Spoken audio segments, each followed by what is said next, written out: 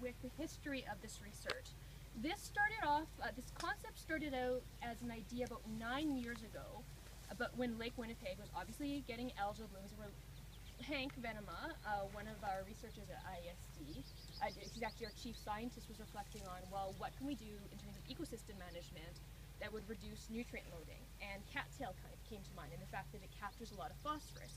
So we started off with a really small project at Netley-Lebo Marsh, looking at how much phosphorus could be captured by cattail. Because that wasn't widely known, and it varies region by region anyway, but our finding was that it did capture a large amount of phosphorus.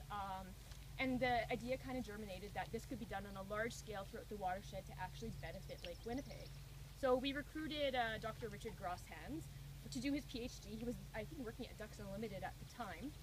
But he came over and embarked upon a PhD to research this question, and it's grown into a big area of work for ISD with some wonderful partners that have helped us grow it, and many of you are here today. There's too many. I'm not going to go through the crowd and name them because there's so many of you.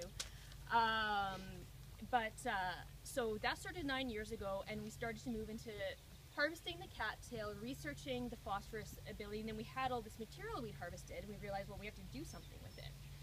What do you do with it after you've harvested it? Well, bioenergy was what we landed upon, and that's what this project is largely looking at, is harvesting this harvesting this cattail for phosphorus and nitrogen capture, and then turning it into bioenergy. So there's been multiple stages along the way, and I'll touch on some of our other projects. But basically, we started our work at Netley-Lebo Marsh, worked there for a few years. Richard did his thesis, proved the concept. It came out very strongly. The hypotheses came out positively. So we're growing our work throughout Manitoba and also throughout the basin and beyond. So I'll touch on that a bit later.